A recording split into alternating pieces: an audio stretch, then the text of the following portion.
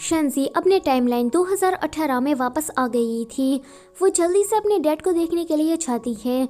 उसके डैड बिल्कुल नॉर्मल थे एंड उसे टाइम ट्रैवल के बारे में कुछ भी पता नहीं था, तो ये जानकर शेंजी को अच्छा लगता है। फिर शेंजी घर में बैठे सोच रही थी कि उसने कितनी बार टाइम ट्रैवल किया है, पर वो हर बार अपनी ओरिजिनल डायमेंशन में वापस कैसे आ जाती है। यहाँ पर वो थोड़ी कंफ्यूज थी, तो वो ये पूरी टाइम ट्रैवल वाली बात अपने दोस्तों को बता देती है। ये लोग कहते हैं कि हमें तो इसमें कुछ भी समझ में नहीं आया। यूतांग कहता है कि मैं तुम्हारी बात को समझ गया हूँ। तुमने काफ़ी बार टाइम ट्रैवल किया है एंड हर बार जब भी मून साइकिल बदलता है तो तुम अपनी ओरिजिनल डायमेंशन में वापस आ जाती हो एंड तुम उस मिस्टीरियस पर्सन के बारे में जानना चाहती हो।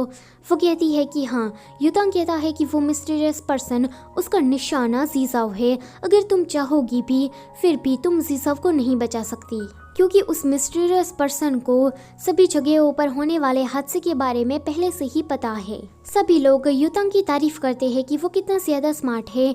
यूतांग कहता है कि अब हमें उस मिस्टीरियस पर्सन को ढूंढना पड़ेगा, क्योंकि मुझे भी शेंजी की ही तरह उस मिस्टीरियस पर्सन का कॉल आया था। आगे वो सभी लोग कॉल हिस्ट्री को चेक करते हैं एंड इसके जरिए उन्हें उस मिस्टीरियस पर्सन के अलग अलग नंबर मिलते हैं।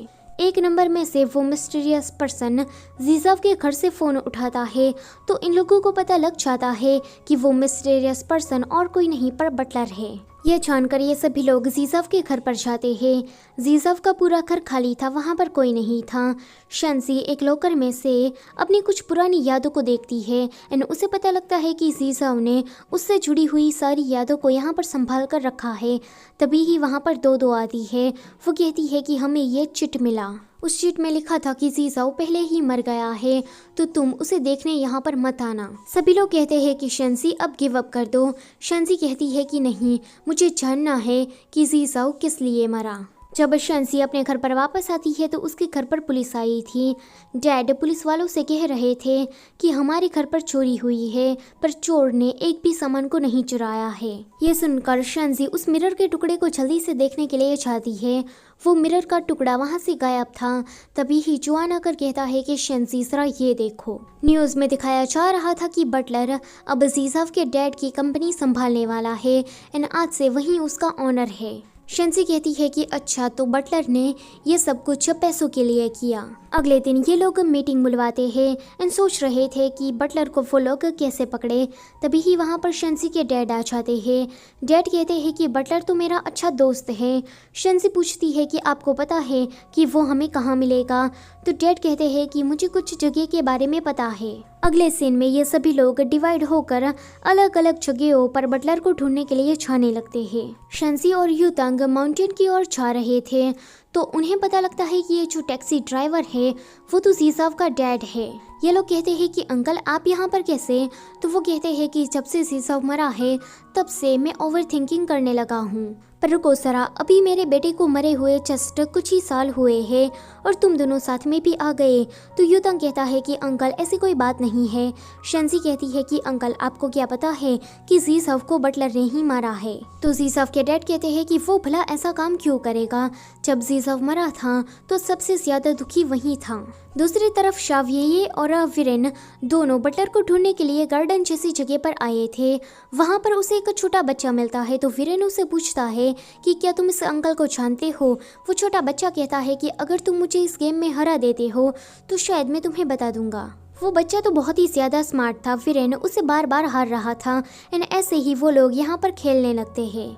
आगे हम चनहन और चुआन को देखते हैं। वो लोग किसी फिल्म शूटिंग वाली जगह पर आए थे। वो दोनों ऐसे ही लड़ रहे थे, तो डायरेक्टर कहता है कि कट। वो एक्टर को कहता है कि तुम लोग बहुत ही ज़्यादा बेकार एक्टिंग कर रहे हो। वो पीछे खड़े चुआन और चनहन को बुलाता है। वो कहता है कि तुम लोग मेरे ड्रामा के लिए परफेक्ट हो। तभी ही इन दोनों का ध्यान बटलर पर जाता है, पर डायरेक्टर उन्हें काफ़ी रिक्वेस्ट कर रहा था, तो बटलर इनके हाथ से निकल जाता है। पर रात में आखिरकार ये तीनों बटलर को ढूंढ ही लेते हैं। शेंजी कहती है कि तुमने जीजाव के साथ ऐसा क्यों किया। बटलर कुछ नहीं कहता एंड शांति से उस मिरर के टुकड़े को लेकर नीचे फेंक देता है। तो शेंजी ये देखकर उस मिरर के टुकड़े को पकड़ने के लिए नीचे कूद जाती है। बटलर यहाँ पर शॉक खड़ा था कि इस लड़की ने ऐसा क्यों किया। यहाँ पर शेंजी नीचे जाते हुए कहती है कि जीसाओ चाहे जो कुछ भी हो जाए पर इस बार मैं तुम्हें बचा ही लूँगी। शेंजी फिर से टाइम ट्रैवल करके 2016 में पहुंच जाती है। वो कहती है कि अभी रेस होने में एक दिन बाकी है। जीसाओ अभी मुझसे गुस्सा होगा क्योंकि मैंने युतांग को चूज कर लिया था। वो भागी हुई जीसाओ के पास जाती है एंड उसे गले लगा लेती है। वो कहती है कि जीसाओ मैं चाहती हूँ कि तुम रनिंग कंपटीशन में हिस्सा ना लो। तो जीसाओ कहता है कि तो तुम ये चाहती हो कि इस बार भी युतांग मुझसे जीत जाए। वो गुस्सा होकर उसकी बात को ना मानते हुए घर के अंदर चला जाता है। घर के अंदर आने के बाद जीसाओ अपने हाथ को देखता है। इससे हमें पता लगता है कि शेंजी की तरह जीसाओ ने भी काफ़ी बार टाइम ट्रैवल किया है। शेंजी बाहर थी एंड सोचती है कि अगर मैं रिवर में कूद गई तो मैं हॉस्पिटलाइज हो जाऊंगी एंड जीसाओ मुझे ज़रूर देखने के लिए आएगा। इतना सोचकर वो पानी में कूदने वाली थी पर जीसाओ आकर उसे बचा लेता है एंड वहाँ से जाने लगता है। तो वो उसे कहती है कि तुम मुझे छोड़कर मत जाओ, अगर तुम चले गए तो मैं कभी खुश नहीं रह पाऊंगी। जीसाओ कहता है कि खुशियाँ ये चीज़ मैंने तुम्हें दी ही नहीं है, दरअसल में मैंने तो तुम्हें कुछ भी नहीं दिया है। इस वाले जीसाओ ने फ्यूचर को देखा हुआ है इसलिए वो थोड़ी इमोशनल बातें कर रहा था। आगे वो दोनों तायाकी खाने के लिए जाते हैं। शॉप ऑनर कहता है कि तुम दोनों तो परसों ही आए थे ना। शेंजी सोचती है कि जब से जीसाओ मरा है तब से मैंने तायाकी खाना छोड़ दिया है। आज मैं 2 सालों के बाद इसे खाने के लिए जा रही हूँ। फिर शेंजी जीसाओ को लेकर स्पार्कल्स चलाने के लिए जाती है। जीसाओ पहले तो मना करता है पर बाद में खुद ही ये सब कुछ करने लगता है। जब फटाके बुझ जाते हैं तो शेंजी जोर जोर से चिल्लाकर कहती है कि आई लव यू जीसाओ। तो वो भी कहता है। शेंजी उसके गले लग जाती है। वो उसे पूछती है कि तुमने मुझे पसंद करना कब शुरू किया। तो जीसाओ उसे कहता है कि जब हम पहली बार मिले थे तभी। शेंजी को लगता है कि जब वो लोग पहली बार तायाकी के लिए लड़ रहे थे ये उनकी पहली मुलाकात होगी एंड जीसाओ को शायद तब से ही उसे प्यार है। पर जीसाओ जानता था कि ये उनकी पहली मुलाकात नहीं है। शेंजी कहती है कि जीसाओ मैं तुम्हारे साथ कुछ करना चाहती हूँ। जीसाओ तो यहाँ पर कुछ गलत ही समझ लेता है पर शेंजी तो ड्रिंक करने की बात कर रही थी। रेस्टोरेंट में आने के बाद शेंजी काफ़ी ज़्यादा ड्रिंक कर रही थी तो वो उसे मना करता है कि इतना ज़्यादा मत ड्रिंक करो। शेंजी कहती है कि मुझे पीने दो क्योंकि जब भी मैं ड्रिंक करती हूँ तभी मैं तुम्हें देख पाती हूँ। वो देखती है कि जीसाओ तो सो गया है। शेंजी कहती है कि अरे हाँ मैं तो भूल ही गई थी कि तुम तो एक ड्रिंक के ग्लास को भी टॉलरेट नहीं कर पाते। आगे जब जीसाओ की आँख खुलती है तो ये दोनों बस में थे। शेंजी कहती है कि मैं तुम्हें काफ़ी ज़्यादा दूर लेकर जाना चाहती हूँ ताकि कोई भी तुम्हें हर्ट ना कर सके। वो कहता है कि कौन मुझे हर्ट करना चाहता है। तो वो कहती है कि तुम्हारा बटलर। जीसाओ कहता है कि तुम तो फिर से शुरू हो गई, बटलर भला मुझे नुकसान क्यों पहुँचाएगा एंड अगर तुम्हारी खुशी के लिए मुझे मरना पड़े तो मैं मरने को भी तैयार हूँ। आगे वो लोग किसी गेस्ट हाउस में रुके थे क्योंकि वो लोग सिटी से काफ़ी ज़्यादा दूर आ गए थे। शेंजी सोचती है कि यही सही वक्त है वर्चुनिटी गंवाने का तो वो जीसाओ को सेड्यूस करने लगती है। जीसाओ भी उसके इरादे जान गया था तो वो शावर का बहाना मारकर वहाँ से भाग जाता है। शेंजी जीसाओ का इंतजार करते करते वहीं पर ही सो जाती है। थोड़ी देर के बाद जीसाओ आता है। वो उसके फॉरहेड पर किस करता है एंड ये वाला सीन यहीं पर ही कट होता है। अगले दिन शेंजी जब उठती है तो जीसाओ वहाँ पर नहीं था। शेंजी को लेने के लिए बटलर आया था। बटलर शेंजी को किडनैप करके एक रूम में लॉक कर देता है। शेंजी उस रूम से बाहर निकलने के लिए काफ़ी ज़्यादा आवाज़ कर रही थी। वो चिल्ला रही थी कि मुझे कंपटीशन में जाने दो और जीसाओ को रोकने दो, अगर उसने कंपटीशन में हिस्सा लिया तो वो मर जाएगा। बटलर कहता है कि जीसाओ को ये पहले से ही पता है। वो कहती है कि क्या। बटलर कहता है कि जीसाओ को पहले से ही पता है कि वो वहाँ पर मरने वाला है। शेंजी कहती है कि मुझे तुम्हारी बात पर यकीन नहीं है। तो वो कहता है कि कोई बात नहीं, तुम खुद ही देख लो। बटलर शेंजी को एक डायरी देता है। वो कहता है कि जब मास्टर छोटे थे तब उन्होंने ये डायरी लिखी थी एंड उसने मुझे ये डायरी दी थी। जब मैंने इस डायरी को पढ़ा तो मुझे लगा कि मास्टर ने कोई फिक्शनल स्टोरी लिखी है पर ऐसा नहीं था। ये सारी चीज़ें जब रियल लाइफ में हुई तो मुझे पता लगा कि मास्टर ने टाइम ट्रैवल किया है।